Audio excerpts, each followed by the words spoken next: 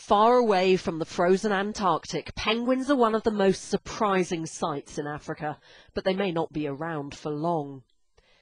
The population, once counted in the millions, is now in the thousands, and conservationists say the numbers are falling every year. In 2008, the number of breeding pairs was about 28,000 pairs for the whole distribution of the African penguin. So it represents about a 70% decline in the penguin population in 30 years. And so, we're very concerned about the status of the birds. Here on remote Dyer Island, where Lauren and her colleague Dion are the only human residents, they're keeping track of the state of the penguin chicks. Their size and weight are good indicators of the impact of commercial fishing. There's been a shift in food resources, and that puts the fish outside of the foraging range of the breeding birds. What is he? 1.18. 1.18. This colony used to be able to fish just offshore. GPS monitors attached to some of the adult birds show they're now swimming 25 miles out to sea, leaving their chicks vulnerable and hungry while they're gone. Each of these chicks has just a 50% chance of surviving, and if the population continues to decline at the current rate, the species will be gone in 15 years.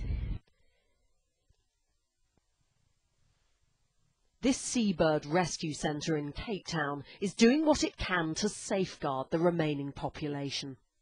1,000 birds are treated here every year, most of them affected by oil spills. The oiled birds are often dehydrated because the oil causes them to not be waterproof anymore, so they don't swim in the ocean, so they end up dying of starvation and dehydration. Saving these penguins is labour-intensive. Some, like this one who's been bitten by a seal, will need months of care. And all of them have to be fed by hand. Not an easy process, as I found out.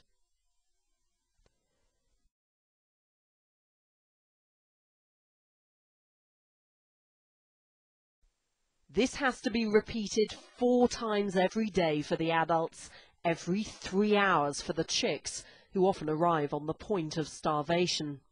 There you can see how skinny this little guy is. He doesn't have a stomach. He should be about 2.6 kilograms and he only weighs 800 grams, so he's really underweight. The chicks' chances are slim, and the same goes for the whole species, unless fishing exclusion zones are imposed around their breeding areas. Rehabilitating penguins is only a short-term solution, because when they leave the pool and go back to the ocean, they'll face the same struggle to survive. Hurd, Sky News, in the Western Cape.